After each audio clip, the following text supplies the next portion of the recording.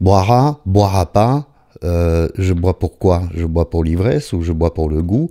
C'est très intéressant comme mail ce que j'ai reçu. Je remercie beaucoup Jennifer. Jennifer, merci beaucoup de votre compréhension, de votre gentillesse. Je voulais vous dire à tous et à toutes que vos mails, évidemment, me submergent d'émotions. Je me reconnais dans ce que vous racontez et vous m'autorisez à partager votre histoire.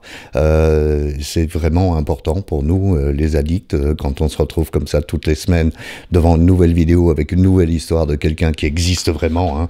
On parle d'emails que je reçois vraiment. D'ailleurs, je voulais vous présenter mes excuses, car je ne réponds pas très vite à vos emails, mais je suis, comme je vous l'ai souvent dit, seul, et que donc c'est pas très simple pour moi de gérer l'afflux de messages et d'emails.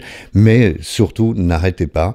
J'en ai encore en stock pour lesquels je vous remercie vraiment, parce qu'on va parcourir ces emails qui souvent me donnent des thèmes que je n'aurais peut-être pas abordés ici. C'est vraiment Jennifer, ce qu'elle me dit, c'est boira ou boira pas, cette obsession, voilà. Est-ce que je suis alcoolique ou pas? Est-ce que, voilà.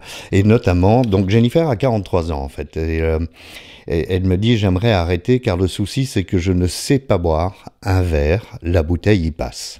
Ça fait déjà des mois que j'essaye d'arrêter, mais quand le week-end arrive, les choses se compliquent, mon cerveau est en boucle, boira. Boira, boira pas. C'est épuisant comme dépendance psychologique. Et alors, bon, Jennifer, vous ajoutez, en me contrôlant, je bois minimum 2 soirs par semaine, sans contrôle, 4 soirs par semaine. Oui, alors, vous rajoutez aussi des choses qui sont... On y viendra après. Alors, l'histoire du contrôle et du nombre de fois qu'on boit par semaine, je vous l'ai raconté dans ma propre histoire, donc je ne vais pas revenir sur mon histoire, allez voir les autres vidéos. Si vous découvrez maintenant seulement ces vidéos que je fais depuis le premier jour du confinement en 2020. Ici, c'est la même chose. On découpe une semaine en plusieurs parties. On se dit, moi, je ne bois jamais seul. Donc, je bois avec mon mari ou je bois avec mon compagnon, ma compagne. Je ne bois jamais seul. Je ne bois pas la journée. Je bois exclusivement le soir. Mais bon, j'essaye de contrôler ma consommation. Alors, moi, j'ai fait une réponse à Jennifer qui dit, pour moi, c'est le début de la prise de conscience, mais c'est aussi baigner dans le déni. Moi, je l'ai fait pendant 25 ans. Pendant 25 ans, j'ai bu tous les jours, alors qu'au début de cette consommation quotidienne, bien entendu, c'était très léger, et qu'avant cette consommation quotidienne, c'était comme Jennifer, 2 à 4 fois par semaine. Et puis c'est devenu tous les jours. Pourquoi? Parce que voilà, on s'autorise à boire tous les jours. Et puis il y a cette fameuse tolérance dont on parlait dans la vidéo sur l'abstinence. Cette tolérance à l'éthanol. L'éthanol qui est la substance qui nous donne l'ivresse. Et d'ailleurs on reviendra parce que Jennifer dit également dans son email, je n'ai jamais compris les gens qui boivent qu'un seul verre. Je ne vois pas l'intérêt. Jennifer, je suis d'accord avec vous, je ne comprends pas. C'est ça qui m'a poussé à faire le choix de l'abstinence complète, parce que où est l'intérêt de boire un seul verre, puisque moi ce que je recherche, c'est comme vous, c'est l'ivresse.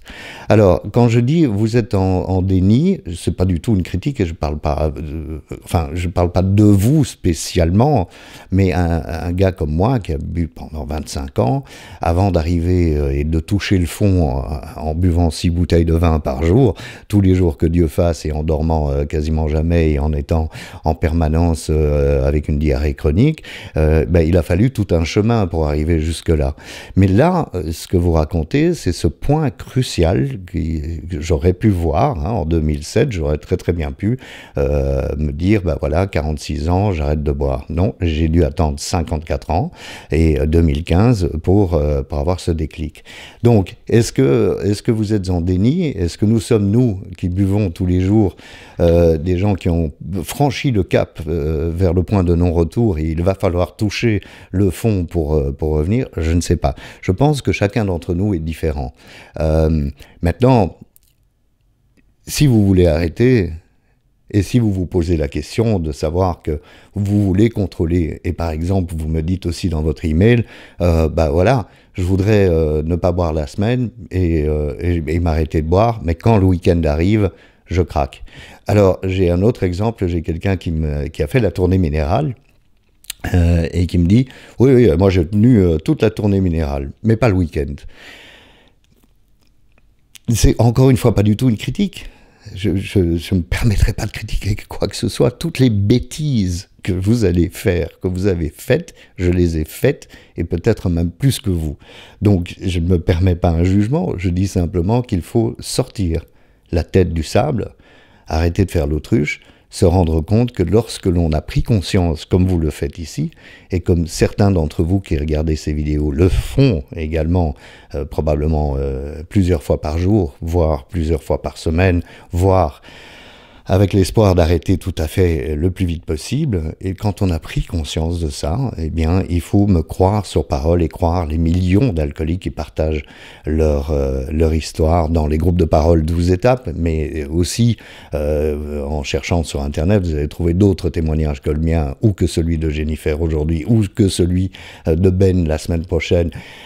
Voilà, il faut le vouloir, il faut dire je crois ces gens qui ont arrêté et qui ont choisi l'abstinence parce que moi aussi, quand je prends le premier verre, je veux boire la bouteille qui vient avec, je veux continuer à boire, je ne vois pas l'intérêt de boire un seul verre ou deux verres parce que ce que je recherche, ce n'est pas le goût, hein, on ne fait pas une dégustation de vin, on se boit franchement ce qui va nous rendre ivres le plus rapidement possible. Et la tolérance qui s'installe, la tolérance à l'éthanol. Vous aurez corrigé, non, buvez pas du méthanol, hein, s'il vous plaît. Non, mais la tolérance à l'éthanol qui s'installe. Donc voilà, moi je n'ai pas grand-chose à vous apprendre, bien sûr, si ce n'est que je continue à partager mon expérience et celle de ceux qui veulent bien la partager avec nous. Mais je pense qu'on est plus fort ensemble, et quand on essaye de prendre conscience qu'il y a un problème, et en général, le problème, on en prend conscience rapidement. Moi, j'en ai pris conscience. Je savais que c'était pas normal de se lever tous les jours avec un mal au crâne, d'avoir des diarrhées chroniques, d'être agressif ou désagréable avec ceux que j'aime. Bien sûr que c'est pas normal.